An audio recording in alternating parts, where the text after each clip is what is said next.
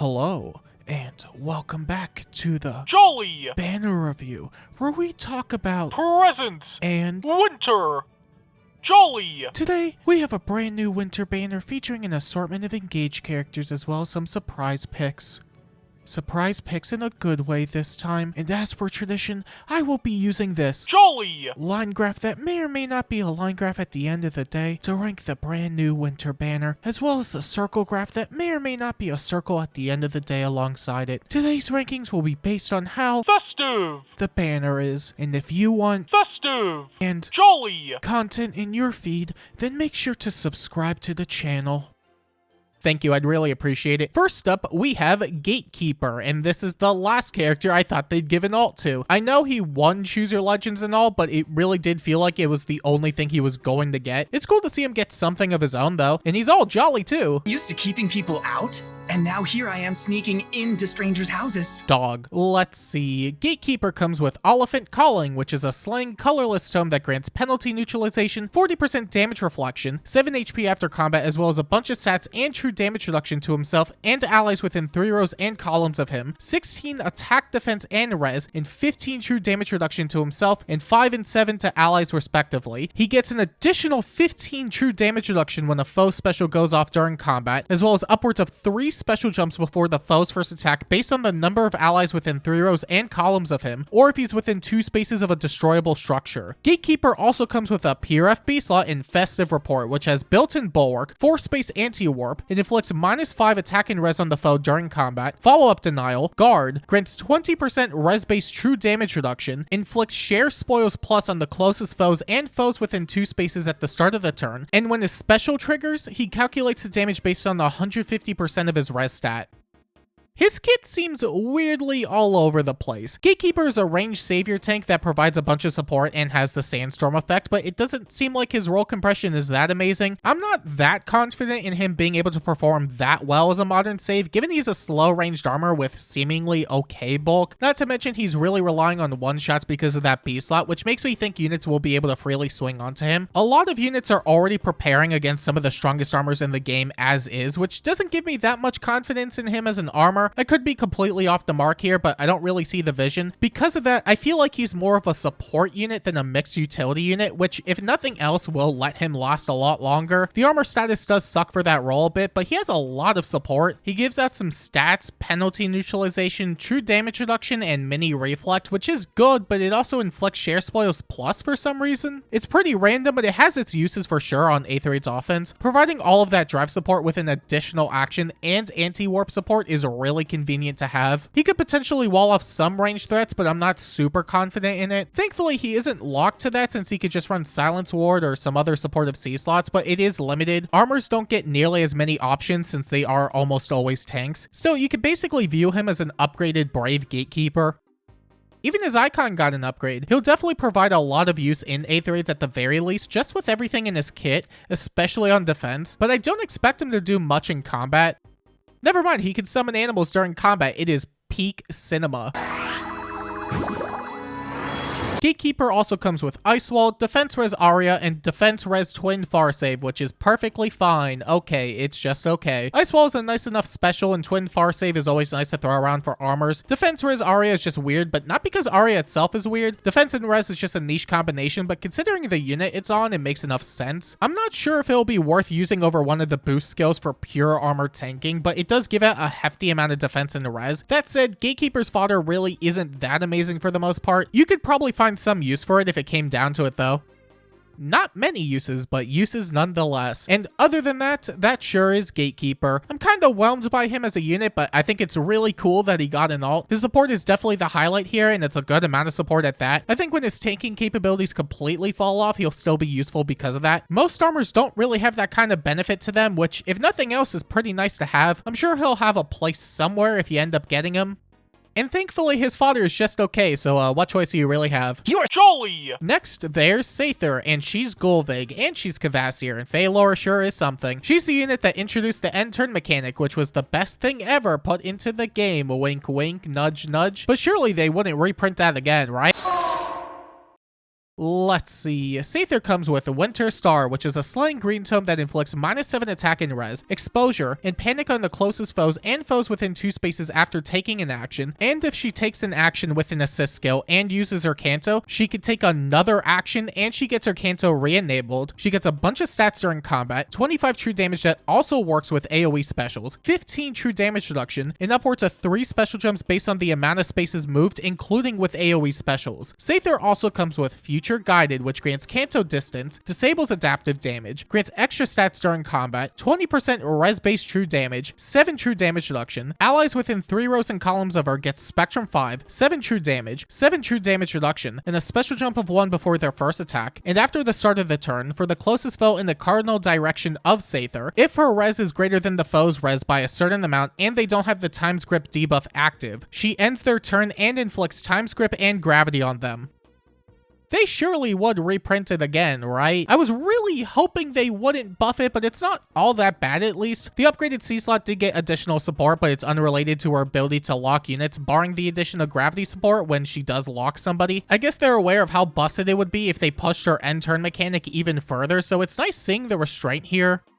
Her Tempest Trial alt next year might say otherwise though. Honestly, I like that they made her more supportive outside of her end turn mechanic since the first 2 really didn't have much else besides that. Although to be fair, that's all they really needed to be as good as they were and still arguably are. But now this Seithr can provide additional debuffs and take multiple actions. That on top of her drive support and empathy, which is really nice to have. The only downside really comes down to her C slot being occupied, because if she could use shadow skills on top of this, it would go crazy. But what she already has is a lot, so I can't really complain. Also, I don't remember either Seithr being that amazing combat-wise in the past, but this one might be able to pack a punch at least. She has Canto distance, and she could get multiple special jumps alongside a bunch of true damage, which helps her carve out more of a combat niche. And the true damage works with AoEs, which is great, but I do worry about her doing no damage in combat after that. It might not be that big of a deal, but it may come up from time to time depending on the matchup. She's barely beating Corrin in the trailer, so proper support might swing it in either direction. Either way, I'm pretty impressed with Seithr as a unit. She seems to do just about everything you want a unit to do these days,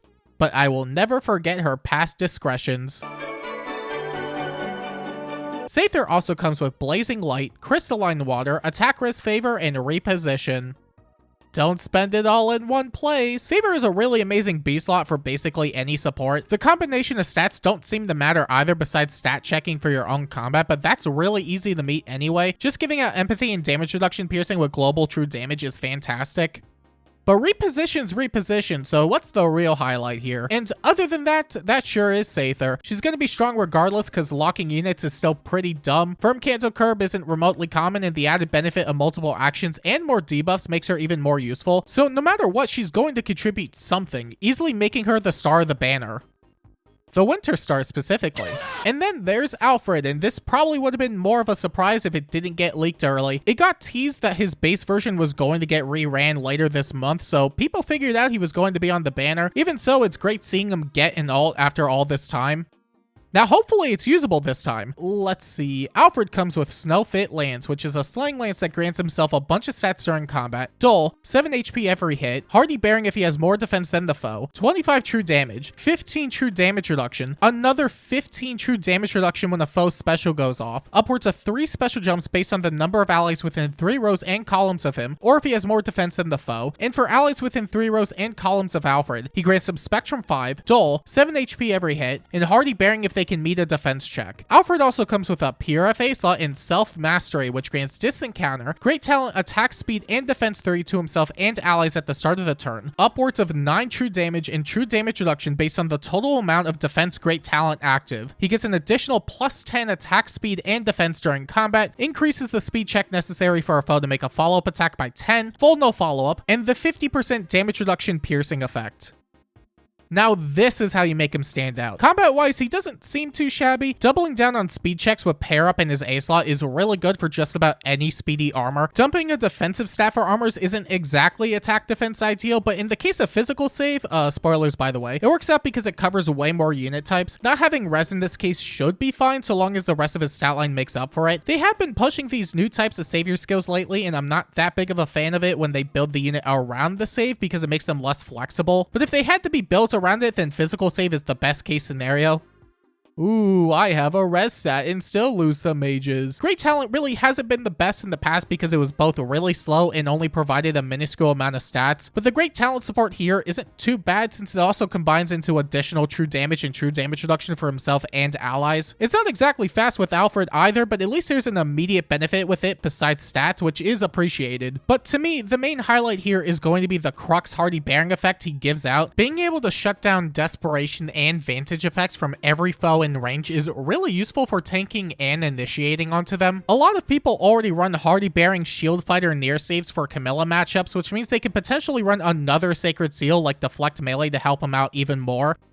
Also, this can help shut down Brave Ike, which is pretty cool. The only caveat is that it's based on each individual's defense stat, which can be awkward for some other units that aren't as defense heavy. The Sacred Seal just works, but I think having a condition for the drive effect is good since it means there's actual counterplay, but it's not so easily counterable that it ends up amounting to nothing in the end. This isn't even including his dull support and the extra stats it gives out on top of that. Alfred really feels like a good combination of tank and support that, if nothing else, might let him last longer than the average armor just because of his unique support. I really like that a lot.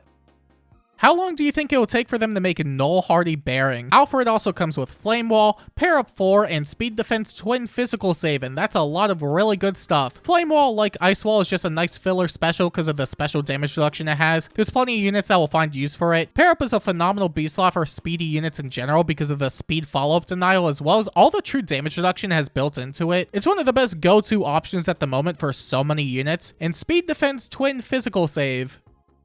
That's okay, you can keep it. Well, at least it's a physical save, right? And other than that, that sure is Alfred. I really like the direction they went with here because they really did nothing with him at the time. Plus 20 visible defense. Ooh, and he still lost to everything. Making him a great talent unit that also provides Hardy Bearing support is really sick and should be useful just about anywhere. As long as he can perform well enough as an armor, I think he'll be in business. And if he doesn't, then other units with his fodder will be. It's a win-win either way. And last on the banner, we have Harmonic Ivy and Camilla, and this is a pairing I think a lot of people saw coming. They got so many things in common, including being purple, and having younger sisters, and that's about it. It's cool seeing Ivy get another alt though. Let's see. Ivy comes with Cozy Candles, which is a slaying red tome that disables adaptive damage, grants a bunch of stats during combat, a special jump of 1 before every attack, including brave hits and follow-ups. She gets 7 HP after combat, 25 true damage, 15 true damage reduction, null guard, the 50% damage reduction piercing effect, and allies within 3 rows and columns of Ivy get Spectrum 5 and a special jump before every attack. Ivy also comes with a Pure FA slot in Tunnel Vision, which grants Visible Spectrum 9, Anathema and Potent Follow to herself and allies at the start of the player phase or enemy phase, true damage based on the number of times she can attack in combat times 5, Miracle once per combat, and differing effects based on support partners. If she has a support partner on the map, she gets Pass and can warp within 2 spaces of them within 3 spaces. Otherwise, she gets 1 extra movement at the start of the turn, and if there is a support partner on the map with support rank S+, she's within 2 spaces of her support partner, or her res is greater than the foe's res, she gets Dual Phase Brave. And on top of that, she gets a harmonic button that grants Resonance Blades and Shields to any ally from Engage or Fates, and applies Divine Vein Haze on the closest foes within 2 spaces of them. Please buy our Entwined units, please, please, please. I forgot that Ivy's original claim to fame is that she was a really solid initiator with a good amount of damage output, so it doesn't shock me that it's the case here, except now she has even more combat tools at her disposal. The addition of Super Warping with Pass, Brave Hits, and Miracle is going to go a long way for her combat capabilities. Brave Hits are self-explanatory and the Pass is really good for having her consistently enter combat. There will probably be some cases where she won't do enough damage, but she has an out for that at least. Even if she ends up missing kills, having Innate Miracle makes her a really good reflex user. And yeah, reflex good, blah, blah, blah, blah, blah, you're naughty, but I don't care, it works here. She still has all the standard combat stuff every modern unit gets, aka a bunch of stats, true damage, null guard, and so on. But she and her allies also get special jumps on every attack, which is really amazing. Even if she's not going in herself, the support she provides is extremely useful between their start of phase, potent follow, and anathema statuses, and the additional debuffs from her kit, which is really great. Well, it has to be great, right? Her PRF skill is longer than her weapon, so it should be. And that's without including her harmonic button. This is a really amazing button. Or it would be if the duel's hindrance wasn't so common. The button just won't work in Aether consistently, which really sucks because of how common the Corrin ring is. It'll be fine for summoner duels since there's no restrictions there, and that's where it's going to pop off the most. Overriding terrain is so strong, but man, I really wish we had more ways of getting around Corrin's terrain besides baby Camilla for Aether raids. I am not bringing them. But yeah, Ivy is good because she does good things. Her support is fantastic, her combat seems really solid, Innate Miracle is really handy for initiating, you can't anti-warp her, brave hits, and so much more. She has a lot going for her. Please buy her entwined units, please, please, please. Ivy also comes with Ice Wall, Speed Res Havoc, and a brand new, kinda sorta new, Seesaw in Speed Res Crux Ploy, which inflicts the ploy and exposure statuses on foes within 3 rows and columns of the unit if they have more res. It inflicts -4 speed and res on foes within 3 rows and columns of the unit, and they suffer a guaranteed follow-up attack during combat. This sure is, in fact, Crux and Ploy as one skill. It's clearly good, but it's just funny how IS will eventually combine skills into something new to sell back. I'm surprised they didn't do more of this throughout the year. Besides that, Havoc is Havoc, which is great, and Ice Wall is Ice Wall. You know the drill. Ivy's fodder in general is just really solid between the Crux, Ploy, Havoc, and Ice Wall stuff. It's a very res-leaning kit, but there's plenty of uses for it, like, another range flyer with good res that isn't Ivy. Yep, they'll definitely want it for sure. And other than that, that sure is Ivy and Camilla. It's been a while since I've seen a banner lineup that's just really great overall. It's got a good mix of everything that I think would appeal to basically everyone in some capacity. The choices are nice, the power levels are good, and the fodder is generally useful. This is one of the best banners we've had in a while. And you better savor this because it won't happen again anytime soon. And then there's the free stuff, and who doesn't like free stuff? This time around, we have Zelkov, and he's a dagger unit. Fortunately, an infantry dagger, he's actually usable. He comes with Winter Trinket Plus, which grants himself and allies within 3 rows and columns Spectrum 5, a special jump of 1 before their first attack, and speed-based null follow-up as well as 20 true damage and 10 true damage reduction to himself during combat. That's not too shabby. It's another supportive option for daggers, arguably the best one they have at the moment. It's just Valley C slot with a special jump, which is pretty good. Zelkov also has attack speed finish 3 and speed defense tempo. We finally have a free-to-play attack speed finish after all this time. It's not the most coveted A slot at this point, but just having it be accessible now is a good thing. Tempo is honestly whatever, but it's not the worst. We also have the Sacred Seals and defense res finish and potent, which is surprising. Another finish is always nice, and potent seems like a lot for a Sacred Seal. It has some damage reduction and gives out potent follow 30 to 70%, and for a Sacred Seal, that's pretty stacked.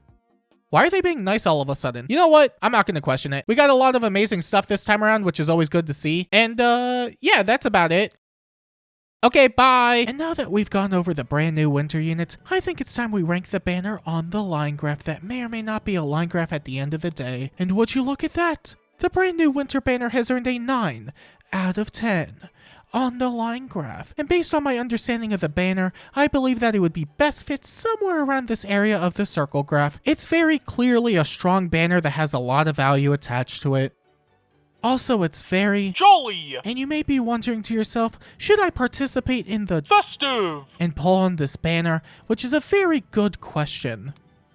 Probably, but I'd wait first. This banner really does have a lot of strong aspects about it between the units and fodder. Seithr is going to be the de facto best unit here because shutting down turns is incredibly strong, to the point where the base version is still arguably the best offense mythic in the game, if not only behind maybe one of the newer additions. But besides that, she's an action economy unit with a lot of support. On top of her end turn shenanigans, she's definitely the star of the banner here. The Winter Star. You also have Ivy and Alfred, both of which provide solid enough support in their own right while having pretty solid combat capabilities. Ivy can warp around, has brave hits, special jump spamming, and all sorts of support that will make her useful somewhere. Alfred having drive hardy bearing is really interesting and could end up being incredibly useful in a multitude of situations. I'm not entirely sure just how bulky he'll be in practice, but I can't imagine it'll be that bad. Worst case scenario, pair up fodder is really great, so you'll get some use out of him regardless. And Gatekeeper, while definitely the jolliest, might also be the weakest here. I don't think he's even that bad, honestly, but his kit is definitely all over the place between the support he gives out and his own performance as a far save. His fodder isn't as splashable as the other fodder on the banner, but even so, I think he has value just by virtue of his B slot and drive support. In fact, I think the entire banner is really strong and has a lot of value.